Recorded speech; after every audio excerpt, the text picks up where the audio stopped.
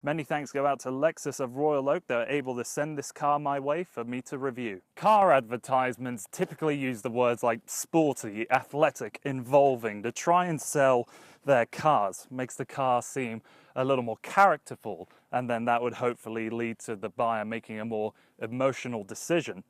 But at the end of the day, most of those words are just marketing jargon that have nothing to do with the driving experience, which should always be a bit of a letdown. But this Lexus RX is none of those words, and that makes it one of the best cars I've ever driven. And to find out why, that answer, plus many other things that you should consider, is coming up here on the Drive Guide.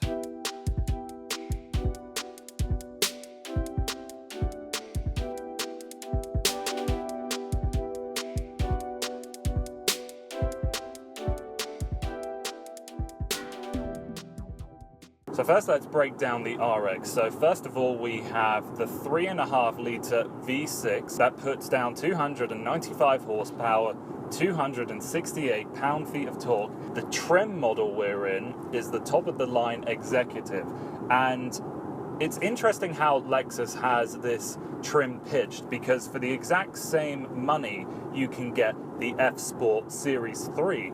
So buyers sort of have the choice of, if they're looking for the luxury SUV, they go with the executive, and if they're looking for the top of the line sports version, they go with the F Sport Series 3.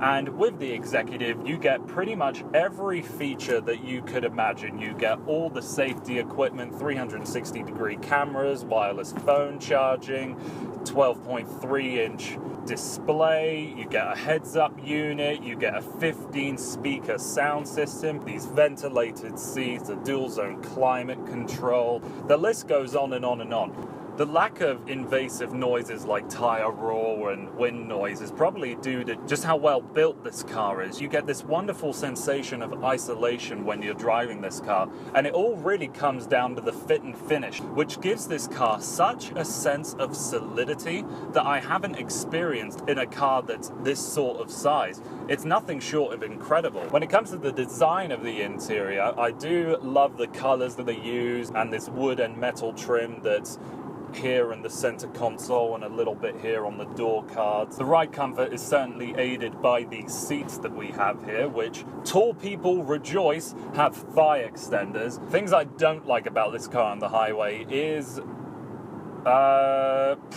probably the lane keep assist.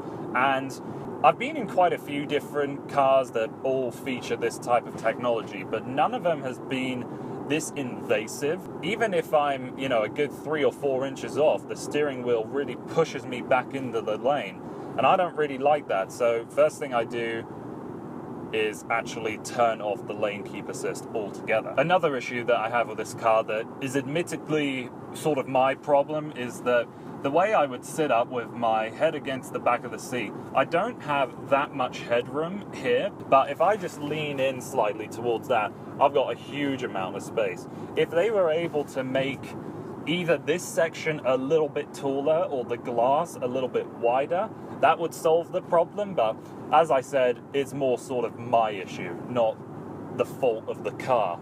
For this car review, in all honesty, I'm not going to take it onto the twisties because that is not the point of this car. To give you a very brief rundown, this car does have a sport mode, and you can put the shifts into a manual sport mode, but it really isn't well suited for that environment. It's wallowy, the engine isn't all that engaging, and it doesn't really motivate you to go fast. And after 3 corners trying to take them enthusiastically, I switched just back in the normal. It's a luxury cruiser. Leave it at that. Don't make it any more complicated than it needs to be.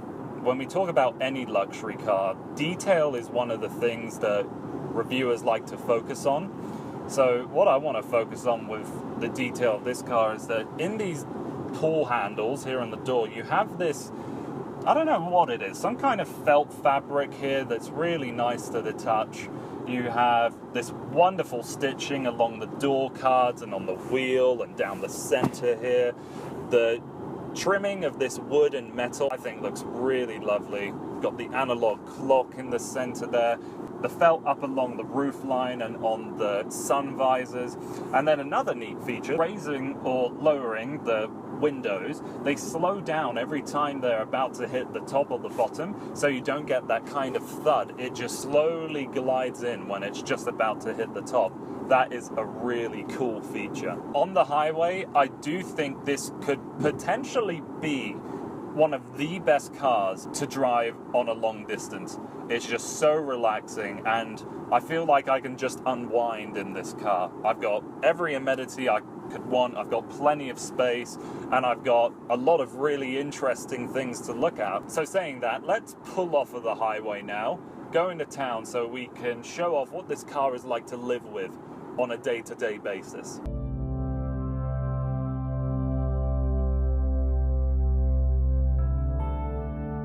First thing we have to talk about is just how massive this screen is.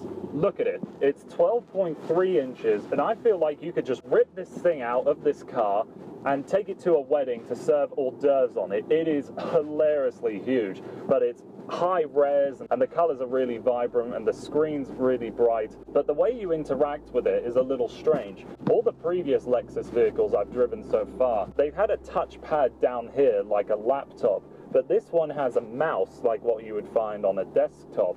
The logic between those two systems is pretty much the same, but with this mouse, you can move it around and it hooks on the things you're aiming for well, but it just seems a little twitchier than swiping your finger across. I definitely prefer the other system. This car weighs around 4,500 pounds, and you've got no inclination that it weighs that much because the steering is light, the power is ample, and that makes this car really easy to drive. It's just effortless. There's a lot of other things that I need to point out to you, so let's pull over somewhere so I can show them off to you.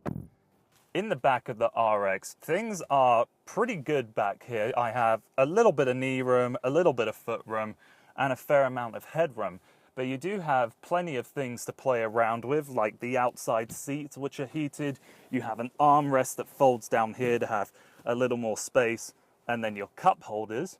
You also have a manual sunshade on both windows, but the thing that stands out to everyone when they get into the back seat is just how large this sunroof is. You can see everything. But the thing that's the best for me is that these seats are all independent of one another, but you can fold this side and then this side electrically. So there's a couple buttons in the back, which I'll show you in a minute, but what that means is you can be sitting in an upright position as you are now, or push the seat back slightly, and then you can lie back and relax. One of the biggest issues I have with the RX actually deals with the trunk itself. So first of all, it has this rather stupid gimmick where you hover your hand over the Lexus symbol and then it opens. And I call it stupid because as a touchless system, we've seen manufacturers that you might kick your foot underneath and then that opens. But the other thing that bothers me is that as we have the trunk closed, you have a button right underneath. I just feel like the logic for this system is not entirely useful and therefore a bit pointless. But now that the trunks open up, let's point out a few other things. First of all, you do have this security cover here, which is easy to just take out. You just pull back on one side and then it's out. But unfortunately, there isn't a good space to hide it underneath here where you have your spare tire. So if you want to take it out, you'll probably have to lug it along with you. But then you do see that you have the three seats that if you want to fold down the middle one, you can just by itself. And then if you want to fold down the two outside seats, you hit these buttons back here, and then it'll all fold down by itself. That's pretty cool. It's very clear to me what this car is and what its mission is, and I do think it fulfills its mission very well. And I see this car sort of as the Lexus signature dish. This is what they do best. And for most people, this is what they see of Lexus as well. And from what I've experienced with this car so far, it certainly didn't let me down. Many thanks again go out to Lexus of Royal Oak that were able to send this car my way to review. Thank you so much for taking the time to watching this video, and I hope to see you again on The Drive Guide.